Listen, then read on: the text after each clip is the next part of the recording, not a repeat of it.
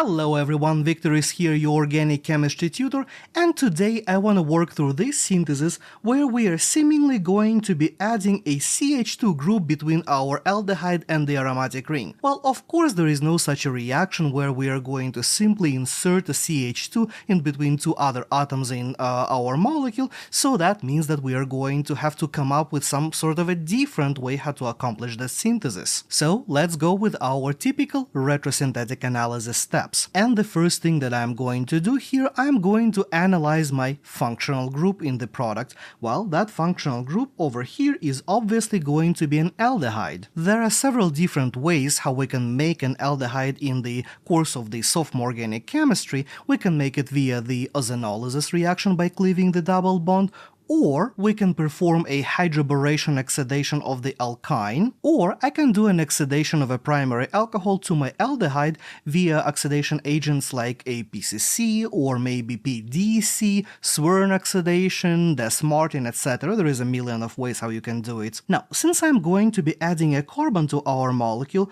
I'm going to be looking for a method to add this carbon-carbon bond, which is going to be either the middle of the triple bond over here, or the middle of these two CH2 groups on the bottom. So thinking about my possibilities, neither of those seems like a very straightforward shot, so I should probably explore both of those options a little bit further to see which one might give me a better option. Probably the best way to make an alkyne is going to be by the elimination reaction of a vicinal or maybe a geminal dihalide. So in the case of a geminal dihalide, I should have a molecule that looks something like that, and in the case of the vicinal dihalide, I will have a starting material looking something like this. Now, the only way for us to get the geminal dihalide, where both axes, both leaving groups are on the same carbon, would be from the triple bond, and since I am trying to make a triple bond, that probably is not going to be a very good predecessor, so this molecule would be a dead end,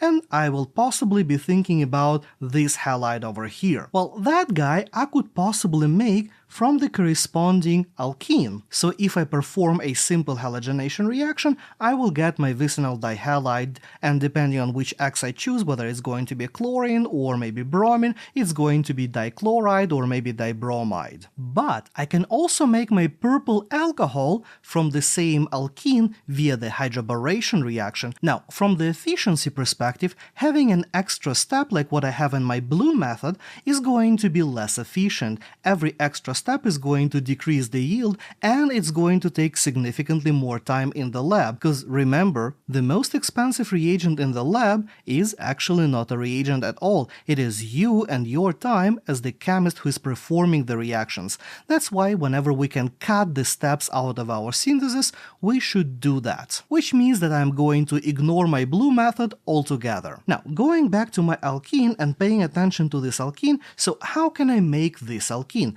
Well, normally we make alkenes via the elimination reaction. So my predecessor would be a molecule looking like that, where my X can be either halogen or maybe an OH group. And if my X is an OH group, that means that that predecessor is going to be coming directly from the Grignard reaction that's going to give us our extra carbon-carbon bond. So that means that this molecule can be synthesized directly from our starting material for as long as our X is an OH group. If you are more familiar with chemistry of carbonyls, because probably you are in the second semester of organic chemistry, you also would know that we can take our starting material and we can perform a Wittig reaction to make an alkene right away as well. And I'm going to show both possibilities when I'm showing the entire synthesis. And since at this point we have our entire synthesis outlined, we can jump into it right away and start filling in the gaps and doing our reactions. So I will start with my starting material, and I will do the Grignard reaction first, where I'm going to treat my aldehyde with methyl magnesium bromide, followed by the acidic workup to give me a corresponding alcohol.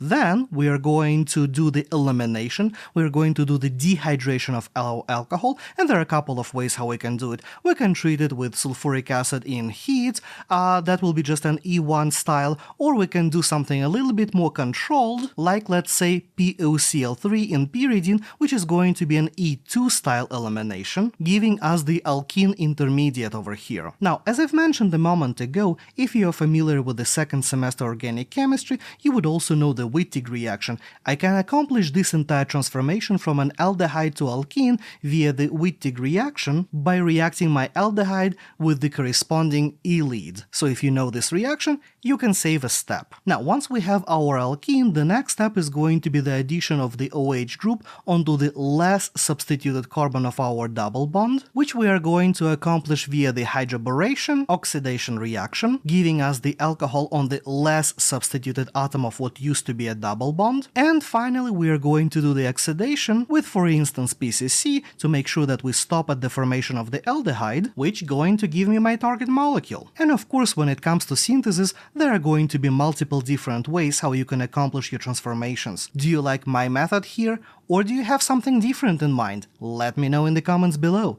As always, thank you for watching till the very end. If you learned something new today, please hit that like button to help promote this video and help more students see it. Subscribe to the channel for daily organic chemistry updates. Watch this video next, and I will see you tomorrow.